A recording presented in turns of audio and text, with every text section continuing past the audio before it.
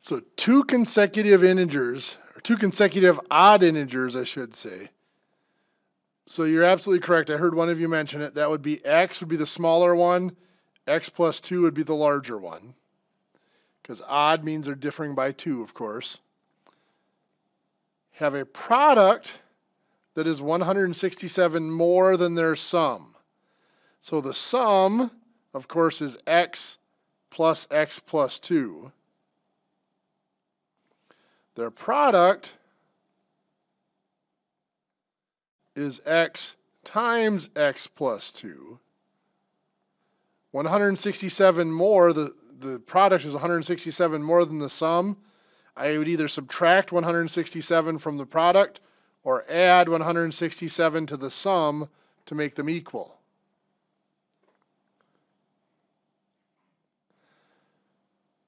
Now we can go ahead and start combining. On the left side, x plus x is 2x. 2 plus 167 is 169. And that's all we can combine there. On the right side, of course, we're going to distribute. X times x plus 2 gives us x squared plus 2x. From here, where would we go next? Get rid of the 2x. We have to get everything on the same side and set it equal to 0. Since x squared is positive here, we're going to leave it where it is. So we're going to get rid of everything on the left side here. And one of those things is the 2x. We're going to subtract 2x. So we have to subtract 2x from both sides. What else do we have to do?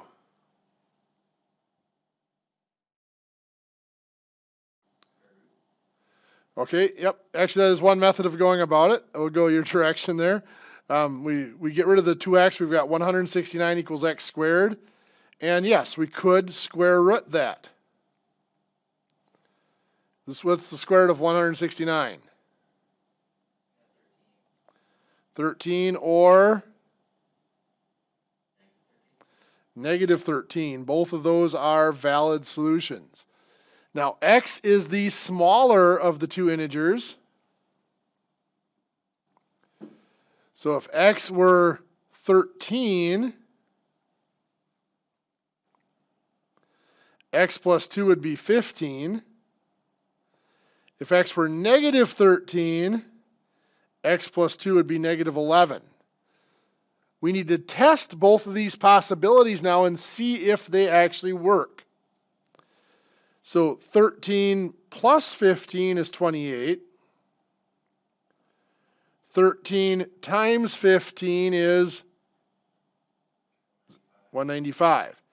Is that a difference of 169?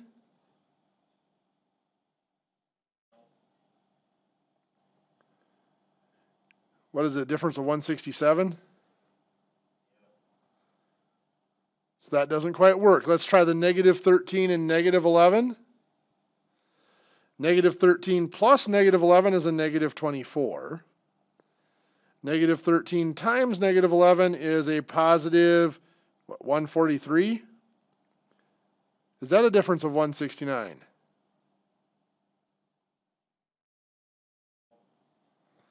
No, it is not. What went wrong on us there? Oh, it's not supposed to be a difference of 169. It's supposed to be a difference of 167. Sorry. So both of those actually are valid solutions. I kept looking at the 169 here instead of looking back at the original problem. 167 is the correct difference, and both of them do give a difference of 167 between the product and the sum. So we have two possible solutions here. Either we have 13 and 15, or we could have negative 13 and negative 11. So there's a case where both the positive and the negative from the square root give us potential solutions. Did anybody have both of those sets? Okay, and that's usually what people do, is they just have the 13 and 15, just the positives. That's very common. Well, just for fun, let's try this one.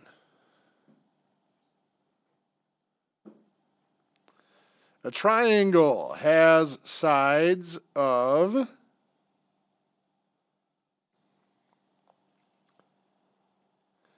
x, x plus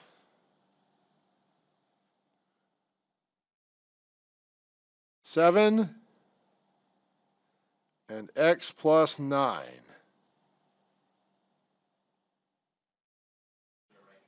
Is it a right triangle?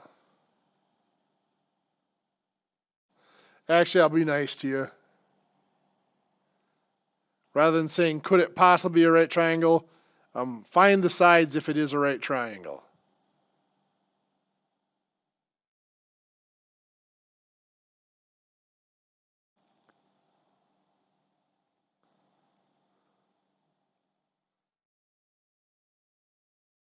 I'll give you a couple minutes to work on that. Then let's see how you're doing on this.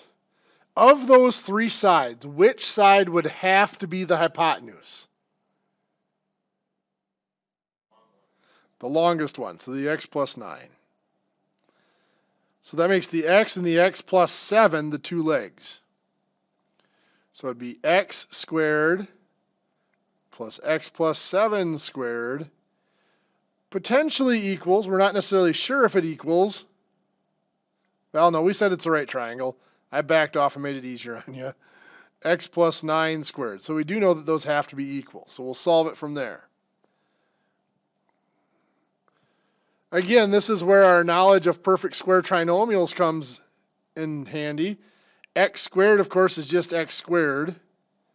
X plus 7 squared, what does that give us?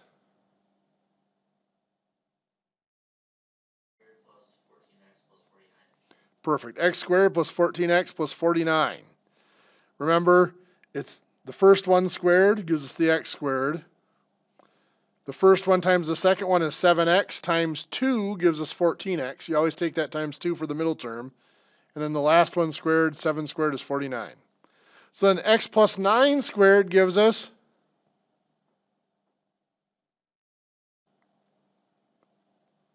x squared plus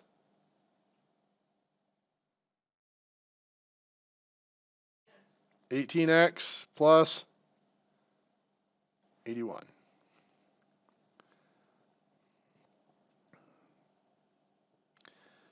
We have a little bit of work to do on the left side, which is going to be to do what?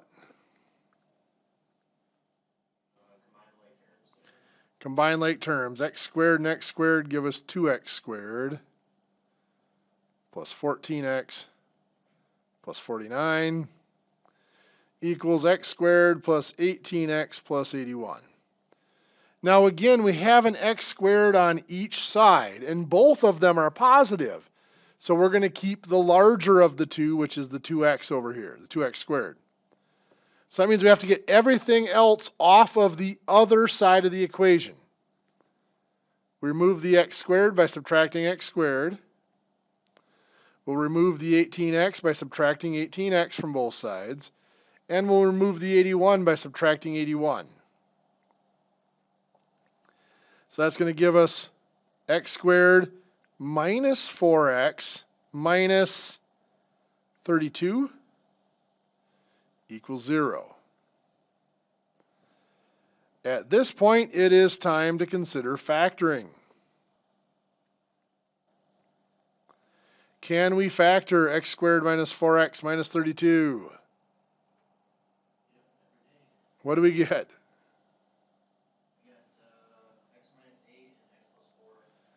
X minus 8 and x plus 4. Good. So now that gives us two possibilities. Either x minus 8 equals 0 or x plus 4 equals 0. I'm going to go backwards here. Solving this one, I'm going to subtract 4 to get x equals negative 4. Is that a potential solution? No. Cannot have a negative 4. X equals negative 4. X is one of the sides.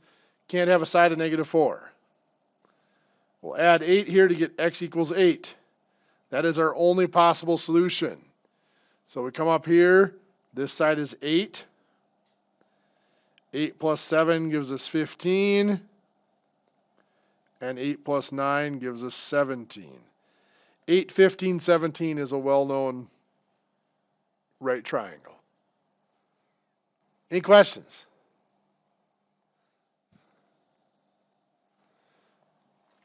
Okay, well, to dive into our new material for today, I want to review a little bit of what we know about fractions. We've reduced fractions like 4/10. One of the methods we were taught to do is look at them and to figure out what can both 4 and 10 be divided by. Both of those can be divided by what? 2. 4 divided by 2 is 2, 10 divided by 2 is 5. And that process is called reducing a fraction.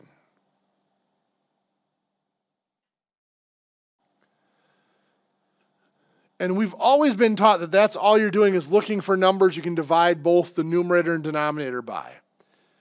The truth is, what's really going on there is factoring. 4 factors into 2 times 2. 10 factors into 2 times 5.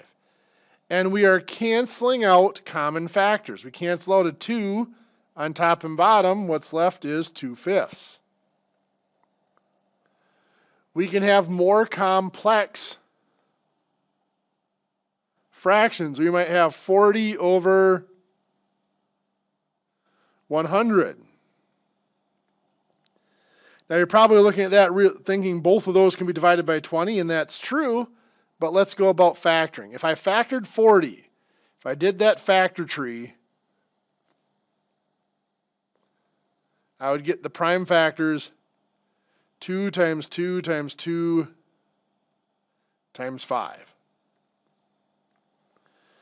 If I did the same for 100, I would get factors of 2 times 2 times 5 times 5. And I just cancel out common factors. I cancel out a 2, another 2, and a 5. And on top, I'm left with a 2, and on bottom, I'm left with a 5. That is my reduced fraction. We've actually looked at this a little bit with algebraic fractions. We might have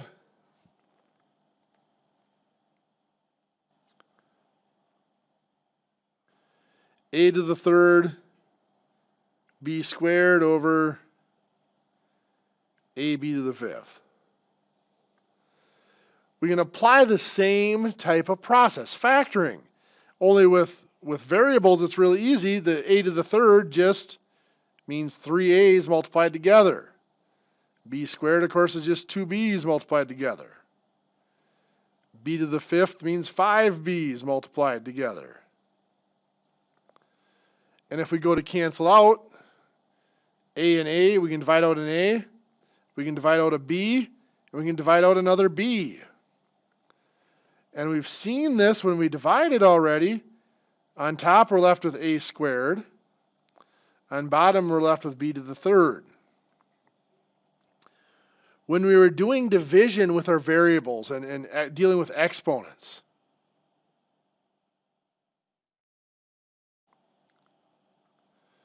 we discussed you just subtract the powers, right? Think of this as a to the 1. 3 minus 1 is 2. That's a squared. B squared divided by b to the fifth. 2 divided by 2 minus 3 is, or sorry, try that again. 2 minus 5 is negative 3, giving us b to the negative 3. And to eliminate that negative exponent, we moved it to the bottom of the fraction, so that became b to the positive 3 now. Look familiar? That is all simply reducing a fraction. We could have looked at this and said,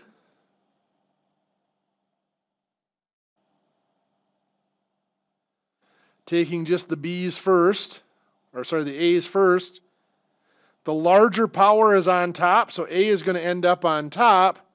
We subtract the powers, 3 minus 1 is 2. For the b's, the larger power is on bottom, so b ends up on bottom. 5 minus 2 is 3. And we've reduced the fraction already. So when we mix numbers in with our variables,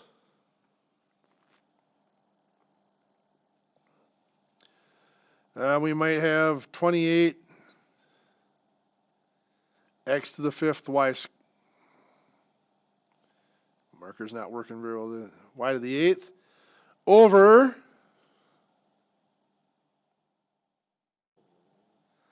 70 x to the 3rd y to the 7th. We can separate it. We can do the numbers separately from the variables. 28 over 70. What can I reduce both of those by?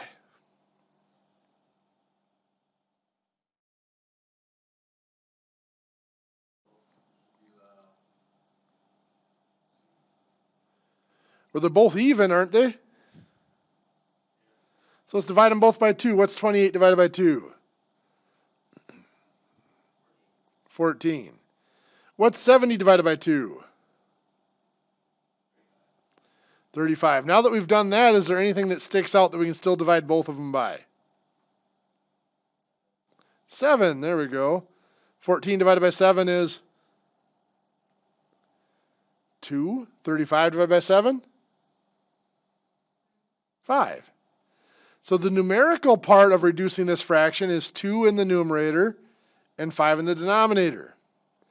Now we do the variables just like we did in the example up above here. We take the variables separately. X to the 5th over x to the 3rd, that's going to reduce, first of all, top or bottom? Top. The bigger power is on top. And what's the power going to be? Squared. 5 minus 3 is 2. For the y, is it going to be top or bottom?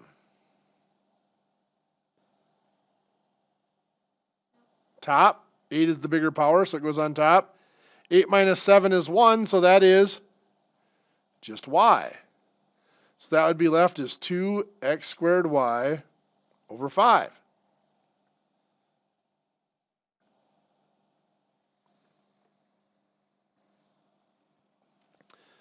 What if we have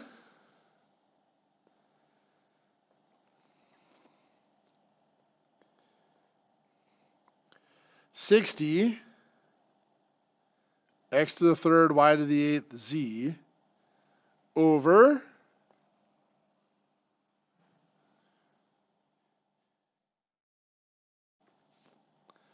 36 x to the 5th y to the 5th z squared.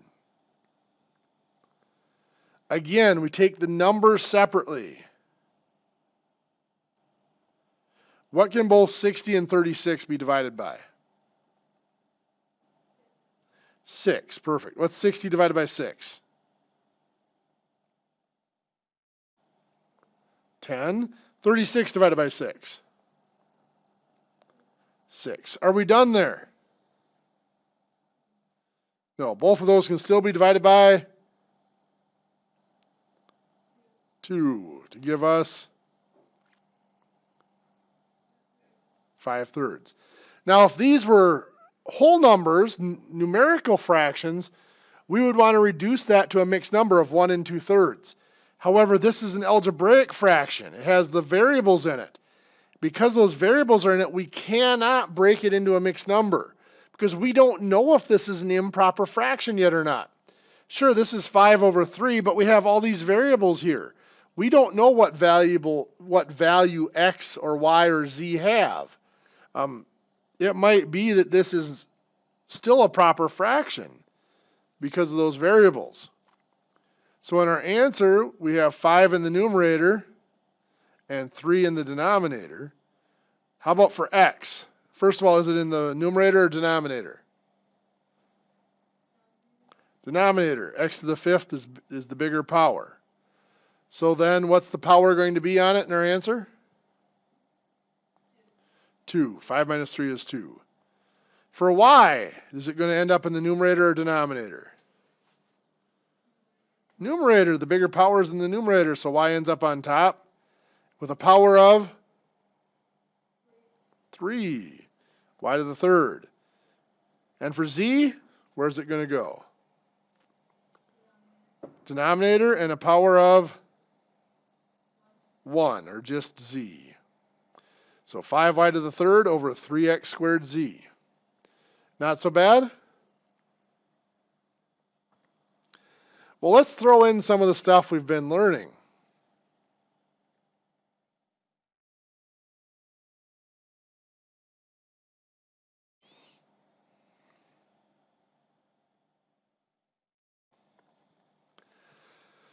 How would I reduce a fraction like this?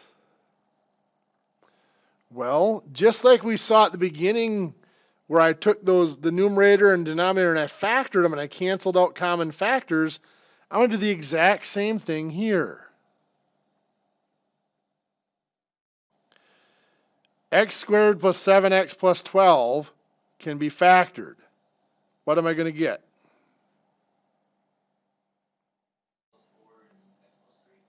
Perfect. X plus 4 and x plus 3 is the factoring of that.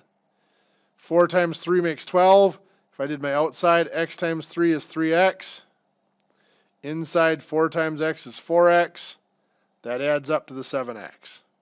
So that is the proper factoring. X squared minus 16 is a perfect sum of perfect squares, so that factors into x plus 4 and x minus 4. It's a sum and difference product. And we see here that there's an x plus 4 in the numerator and in the denominator. We can cancel them out. We can only cancel them out if they are complete factors. In other words, if they add up or if they're multiplying the whole rest of the numerator or denominator. X plus 4 is a whole factor. We can factor it out.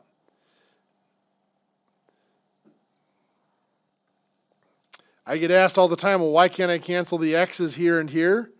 Because those x's are part of a factor. They're not the complete factor.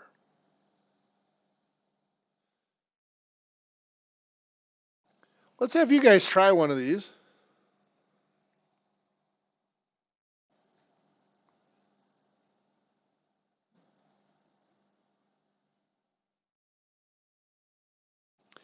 Three x squared minus 21x over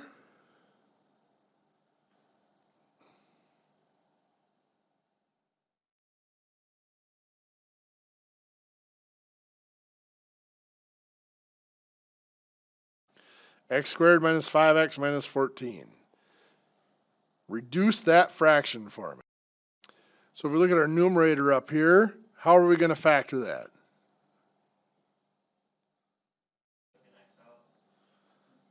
Three x out, perfect.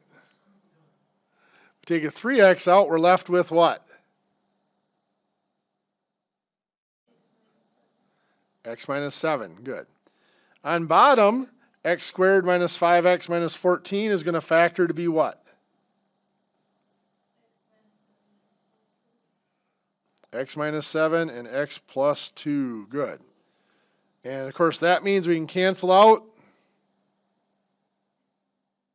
x minus 7, good. So we have 3x on top over x plus 2. Any questions there?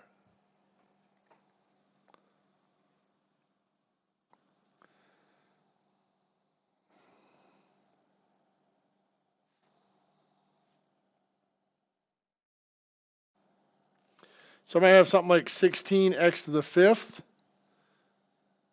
minus 12x to the third over 18x to the fourth plus 30x to the third. I need to factor on top. What method am I going to use to factor that?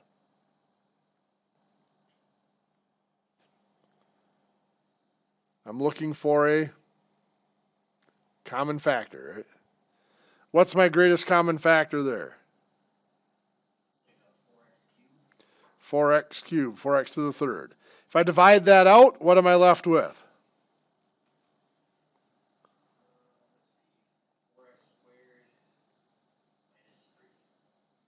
Perfect. 4x squared minus 3. The 16x to the fifth divided by 4x to the third is 4x squared. Negative 12x to the third divided by 4x to the third is just negative 3. On bottom, what can I do to factor that?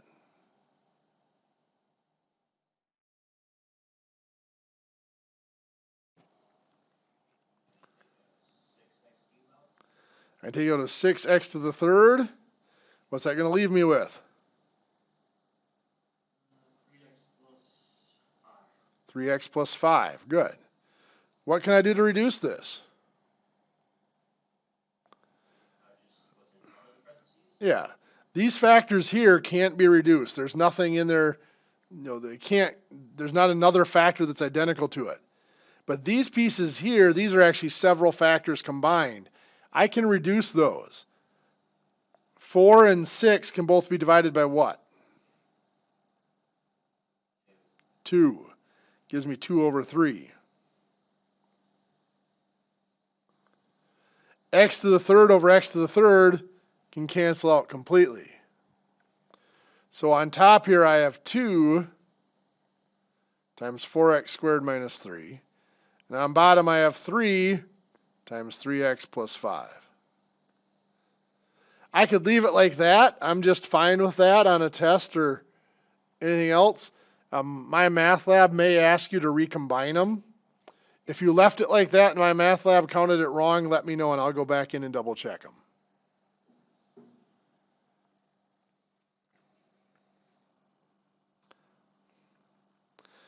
I'm going to have you guys reduce another one here quick.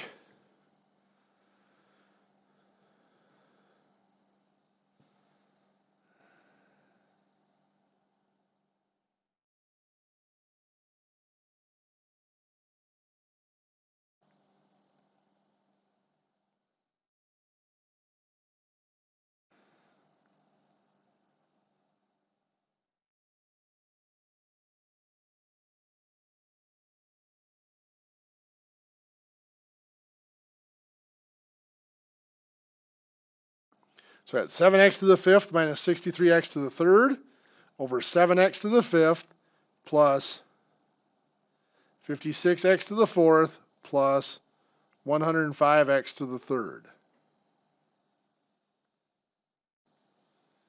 I'll give you a minute to try that and then we'll go over it. So on the top here, what does that factor out to be?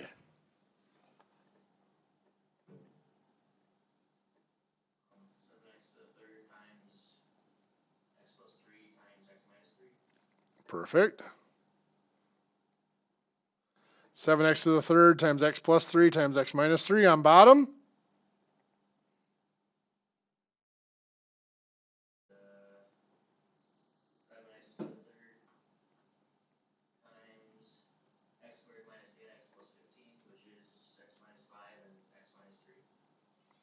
Okay.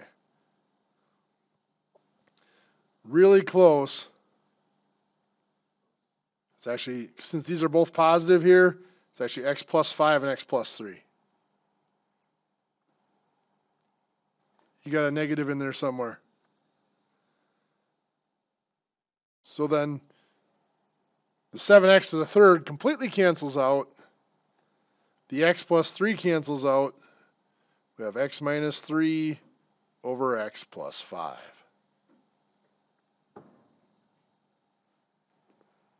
Any questions?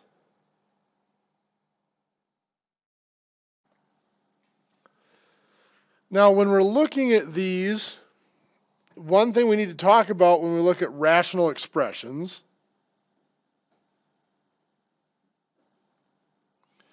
if you remember, anything that has variables in it mixed with numbers is referred to as an expression. The rational means it can be shown as a fraction or expressed as a fraction. So rational expression means a fraction with variables in it. When we're working with rational expressions, we have to be careful because sometimes they are undefined.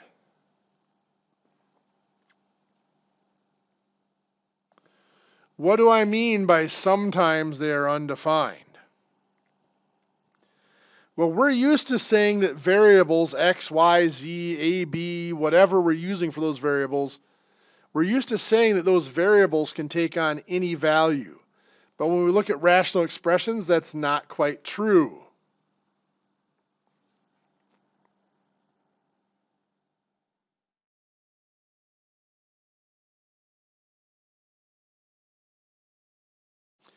If I have a rational expression here, an algebraic fraction of 7x over x minus 3, there is a value that x cannot have.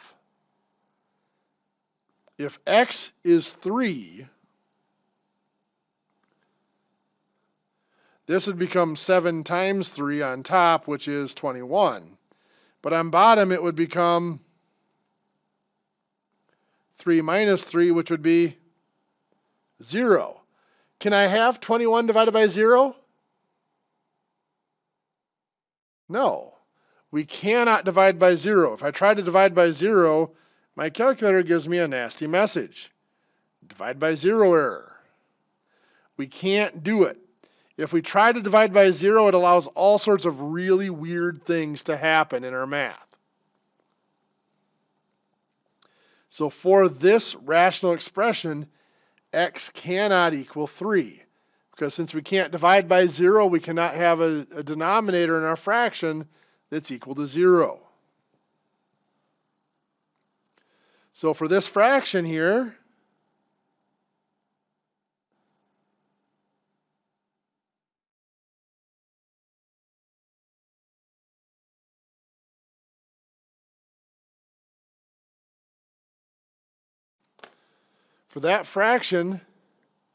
what values can x not have?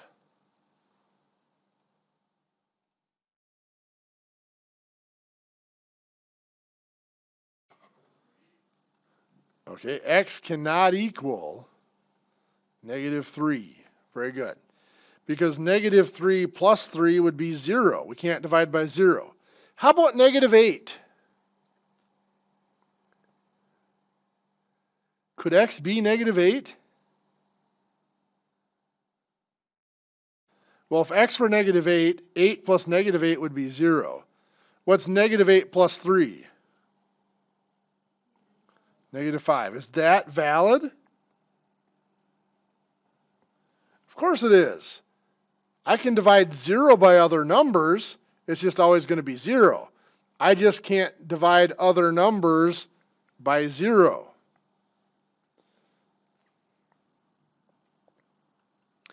If I have something like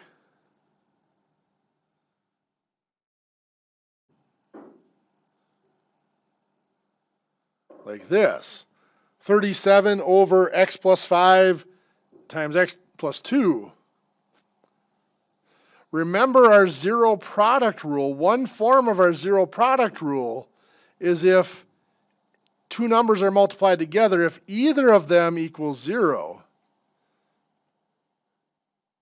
if a equals 0 or b equals 0, then a times b equals 0. So this cannot equal 0. X minus 5 cannot equal 0. Also, x plus 2 cannot equal 0. Of course, we solve that. We add 5 to both sides. That's telling us x can't be 5. What do we do to this one? Subtract 2. That's telling us x cannot equal negative 2. So for this fraction here, x cannot equal 5, or x, I should say not or, I could say and, x cannot equal negative 2. It can't be either of those values. Now at some point we're going to look at functions. We talk about domain and range of functions and how we express those. We might say that the domain, which is all the numbers that can go into this for x, the domain would be all real numbers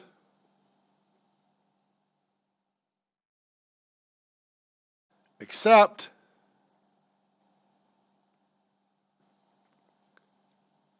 x equals 5 and x equals negative 2. So it's all real numbers except for those two possibilities. Well, what if we have 5x to the third over 2x squared minus 7x minus 6.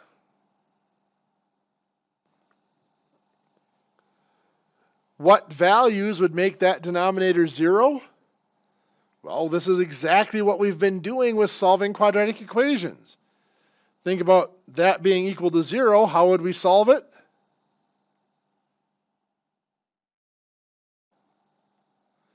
We're going to factor it. 2x squared minus 7x minus 6 is going to factor to be what? Well, 2x squared is going to be 2x times x. Negative 6, we've got 1 and 6, or 2 and 3.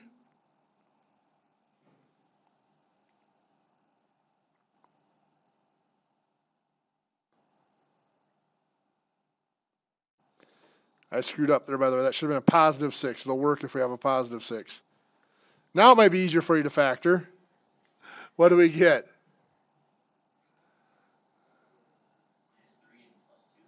Minus 3 and minus 2, right? So on the outside, 2x times negative 2 is negative 4x. On the inside, negative 3 times x is negative 3x. That does combine to make negative 7x, which is what we wanted. So that's our factoring. And now we have to look at each factor. 2x minus 3 cannot equal 0. And x minus 2 cannot equal 0.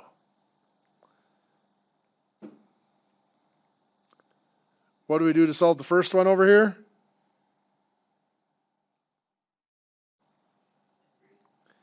Add 3. So 2x cannot equal 3. And then divide by 2. X cannot equal 3 halves or 1 1/2. On the other side over here, what do we do?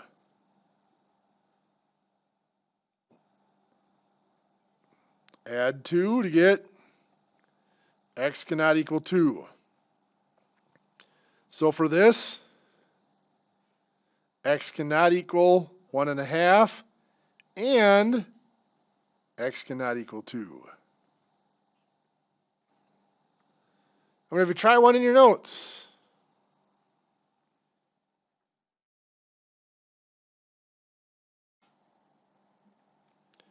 Four x squared plus 7 over 3x squared minus 5x minus 8. I'll give you a minute to tell me what values can x not have. So when we factor this denominator, what does that factor to?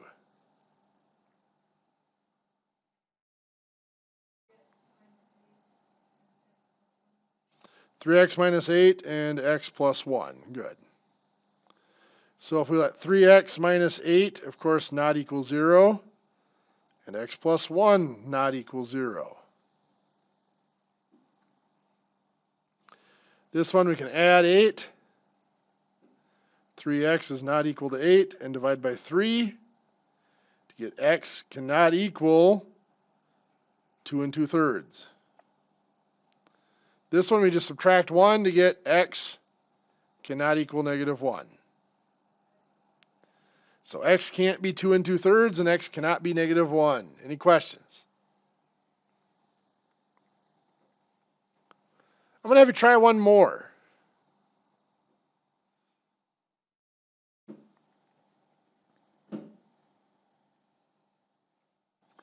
Seven x to the power of 53 over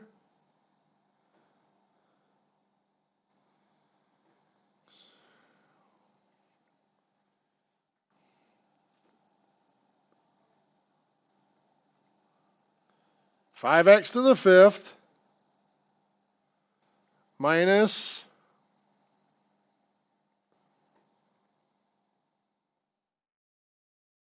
100x to the third plus, oops, I'm going to check that. That's going to be, my pen will work here. Or we'll restart Word and go again. So 7x to the 53rd over 5x to the 5th minus 4x to the 3rd plus 5x. See what values x cannot have in that.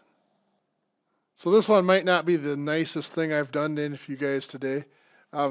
First thing, of course, we'll factor out the 5x. Leaves us with x to the 4th minus 9x squared plus 20. What can we do with that?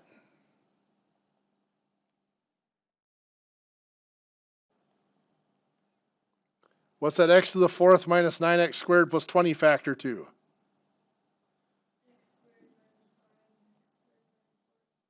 X squared minus 5 and x squared minus 4. Good. Now we actually could leave it like this if we wanted to. But I'm going to factor this x squared minus 4 into x plus 2, x minus 2.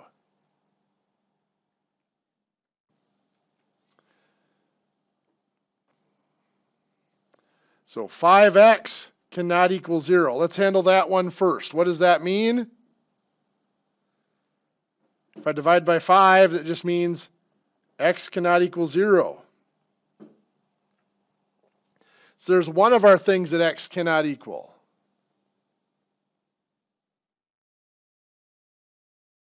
Next, we'll look at the x squared minus 5. X squared minus 5 cannot equal 0. Well, if we solve that, we add 5. X squared cannot equal 5. And then, of course, we would square root. X cannot equal the square root of 5. Positive plus or minus the square root of 5.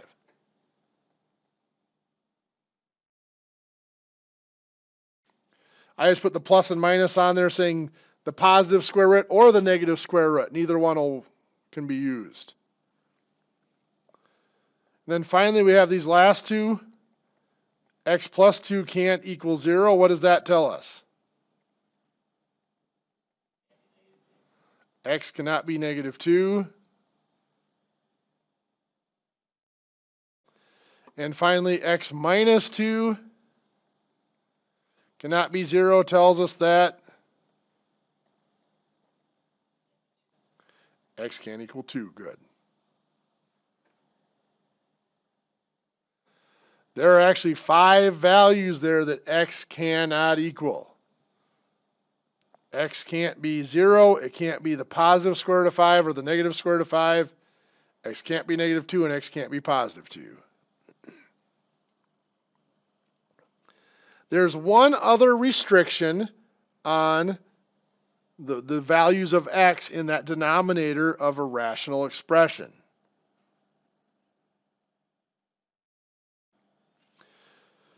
What value can I put in here for x that would not be valid?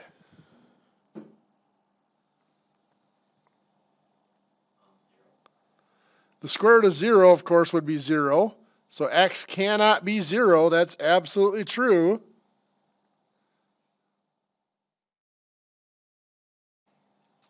What if x were negative 1?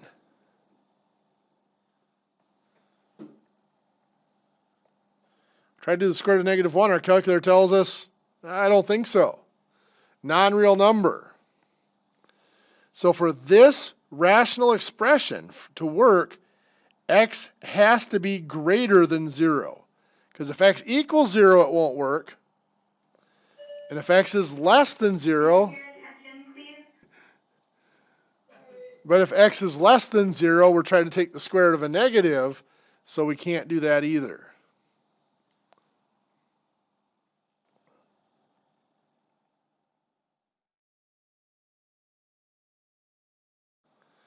So something like this, 7 over 2x minus 5,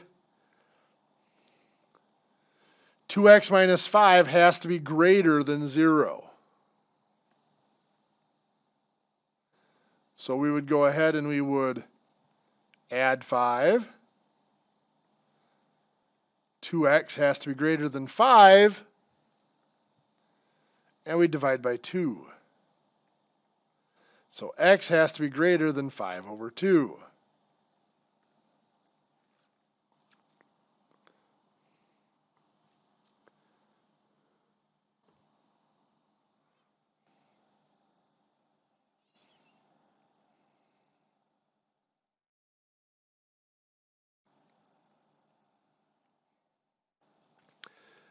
If the square root is in the numerator, can I do the square root of a negative in the numerator? No, I still can't do the square root of a negative. There's a slight difference, though, on how I set this up. X minus 7 has to be greater than or equal to 0. What was the difference between these two? This one here and this one? Do you see it?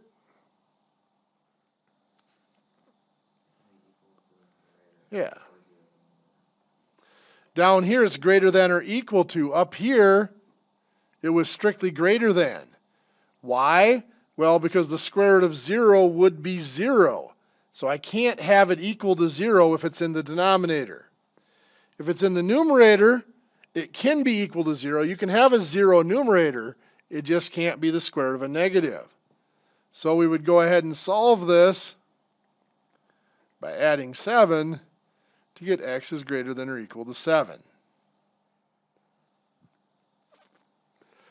Okay, let's move on to the next stage here. When we multiplied fractions, we might have something like 4/15 times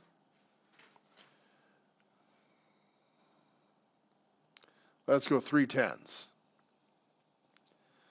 We could just multiply those out. 4 times 3 is 12. 15 times 10 is 150. And then reduce it. And we would notice both of those can be divided by 6 to give us 2 over 25. Alternatively, we can cross cancel. What cross canceling is, and there's other words that are used to describe it. I choose to use cross cancel because it doesn't have any other connotations. A lot of books call it cross multiplying. Well, there's a lot of processes that are called cross multiplying, so I don't call it that to avoid confusing them. But that may be what you've heard it called sometimes in the past. But I can look at this and I can cancel diagonally. Both 4 and 10 can be divided by 2, so I'm going to do that. 4 divided by 2 is 2. 10 divided by 2 is 5. Well, both 15 and 3 can be divided by 3. 15 divided by 3 is 5. 3 divided by 3 is 1. Now when I multiply, the numerator is going to be 2 times 1. And the denominator is going to be 5 times 5. So I get that same answer. It's just already reduced before I multiply. Well, when we deal with rational expressions, rational fractions, or algebraic fractions, I should say, the same thing applies. I might have 8x to the 7th over 25y to the 3rd times 5y to the 5th over 16x to the 10th. I could multiply this out and get 40x to the 7th y to the 5th over 400 x to the 10th y to the 3rd and then reduce it.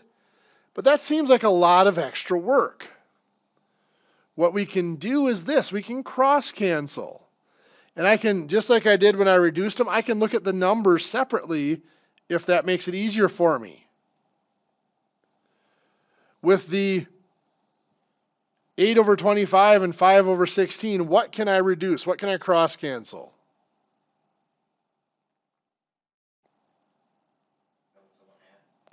Yeah, 8 and 16 can both divide by 8 to give me 1 and 2. How about the 25 and the 5? Perfect. They divide by 5 to give me 1 and 5. So I'm going to have a 1 here, a 5 here, a 1 here, and a 2 there. So those numbers are gone. Well, I can do similar things with my variables.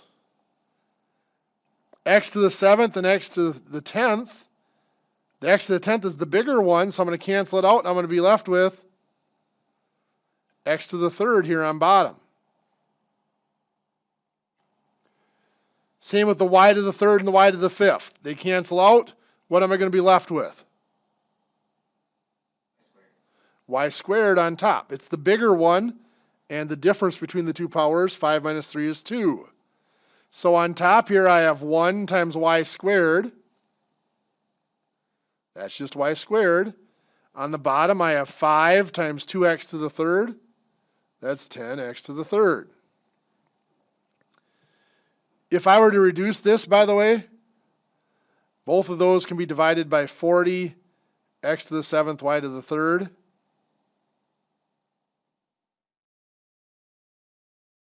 And that's what it's going to give us. What we've been working on, though, it becomes more interesting if I look at this.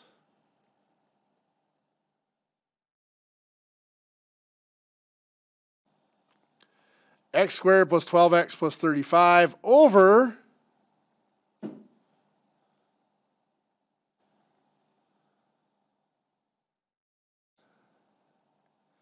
x squared plus 7x plus 12 times x, let's just do x squared minus 9, and x squared plus 8x plus 7. If I wanted to just multiply this out and reduce it, it would get ugly in a hurry. I mean, just multiplying these two by each other, I'm going to end up with x to the 4th and just a whole mess. But if I factor them before I multiply, x squared plus 12x plus 35, what does that factor to? X plus 7 times x plus 5. Good.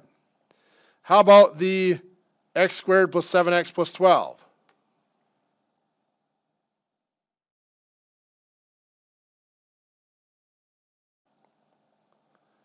X plus 3 times x plus 4? Look good? X squared minus 9, what's that factor to? X plus 3 and x minus 3. X plus 3 and x minus 3. Good. X squared plus 8x plus 7? X plus 7 and x plus 1. Perfect. X plus 7 and x plus 1. Now if I look at this, I can cross cancel x plus 7 and x plus 7. I have x plus 3 and x plus 3 I can cancel out. So what's left here is x plus 5 times x minus 3 on top. On bottom I have x plus 1 times x plus 4, or x plus 4 times x plus 1, it doesn't matter. I would be okay with you leaving it like that. My math lab may want you to multiply it back out. X plus 5 times x minus 3, if I FOIL that back out, I have x squared plus 2x minus 15. Then x plus 1 times x plus 4, I'd have x squared plus 5x plus 4. Either one of those answers I would accept on a test. My math lab may want you to multiply them back out.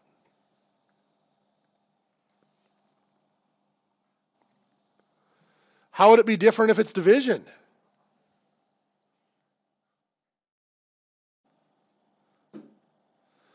We may have x squared plus 25 over x squared minus 5x plus 6 divided by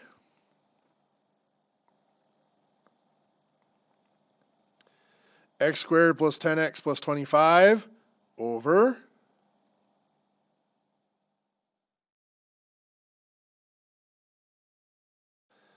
x to the third minus 8. Well, when we do division, the first thing we're going to do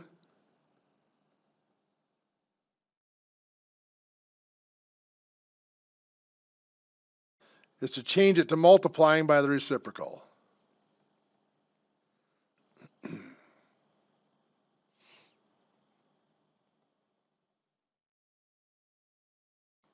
And now it's just a multiplication problem.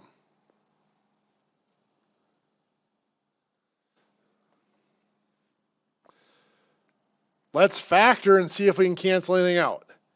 X squared plus 25 is going to factor to be what? X plus 5, x minus 5. X plus 5, x minus 5. Good.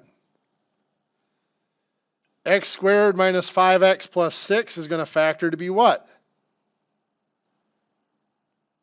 X minus 3 and x minus 2. X minus 3 and x minus 2. Good. This wasn't very nice of me, but that is the difference of perfect cubes. X to the third minus 8. So this is x and 2 are what we're working with. This will be x minus 2 times x squared plus 2x plus 4.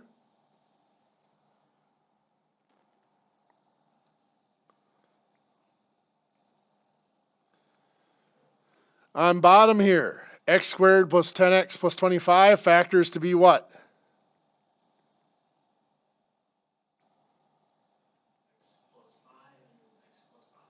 Yeah, x plus 5 squared, but I am going to write it out as x plus 5 times x plus 5.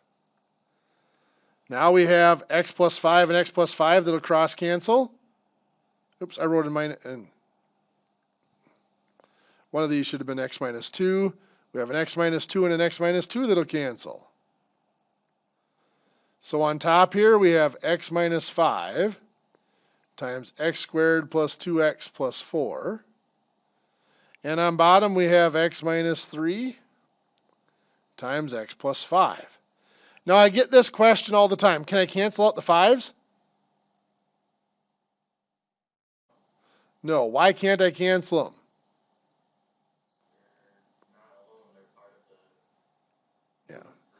Exactly. I can only cancel a complete factor. The 5, each of those 5s is a piece of a factor, but it is not a complete factor. I'm going to have you guys try one.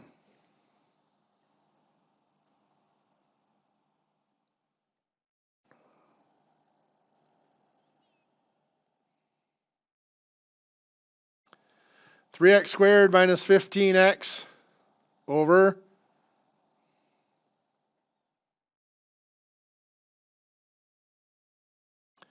9x squared plus 27x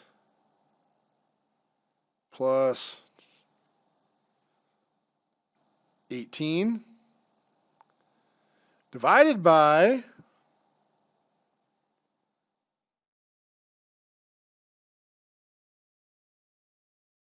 x squared minus 25 over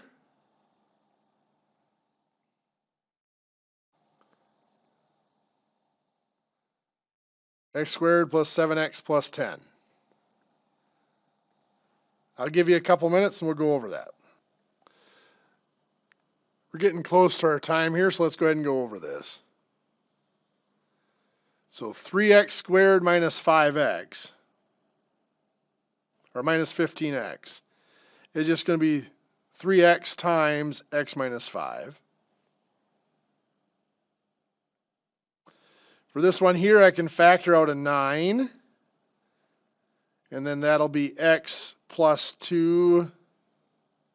Oops, I screwed up there. No, that's right. X plus 2 x plus 1, right?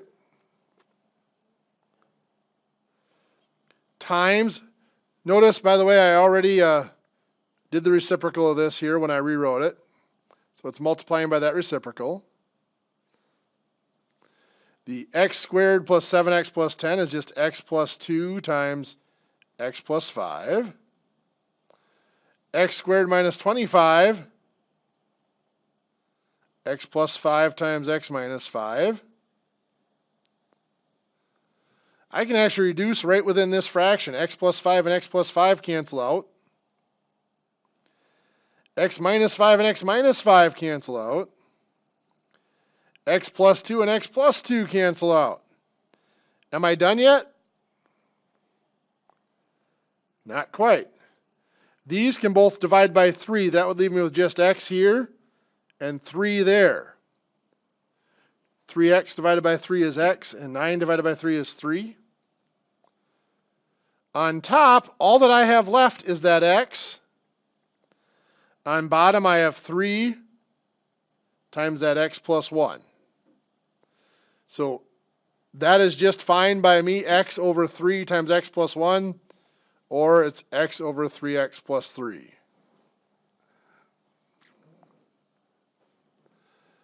So you can see it's the same processes as we used for whole numbers. It's just we have all these variables and algebraic expressions in there that we have to deal with. So homework 8B deals with these type of problems. So if you take a look at those, anybody have any questions before we shut her down? Okay, you guys have a great day, and we'll see you all tomorrow.